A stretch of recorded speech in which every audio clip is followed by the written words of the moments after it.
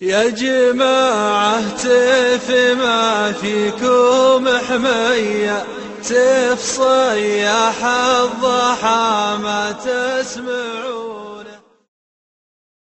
الأخ قريفة كان في البر، هذا من أيام يعني البداوة. أكيد بالبر. في البر. وجاه ضيوف. فهو ما كان عنده غنم يذبح الغنم للضيوف. بس كان عنده الناقة. نعم. وطبعا الضيوف يعني عدة قليلة، الواحد ما يذبح ناقة عادة. صح.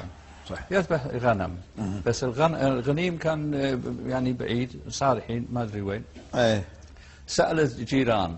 قال هل في حد منكم ممكن تعطيني غنم وانا بعدين رجع لكم اياه؟ بس يعني اي سبب من الاسباب ما اعطوا، عيوا.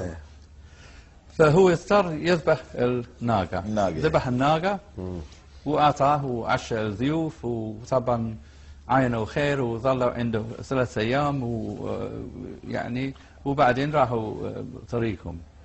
فهو تضايق من الموضوع ان الجيران ما اعطوا. فقال القصيدة هذا يعني يذم الناس اللي عنده. قال المراجل ما تهيأ هالسوية، كود من عض النواجذ بسنونه.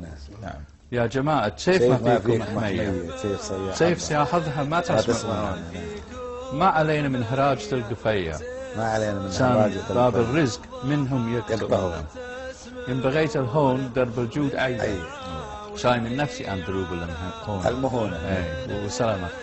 يا جماعة تف ما فيكم حمية، تف صياح الضحى ما تسمعونه. من يعاوني على ربع هنية، من بغى درب المراجل يمنعونه.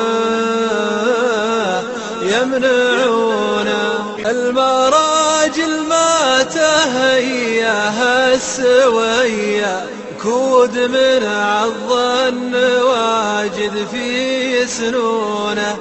إن بغيت الشح درب الطيب عيا، حال في المرد نفسي للمهونة.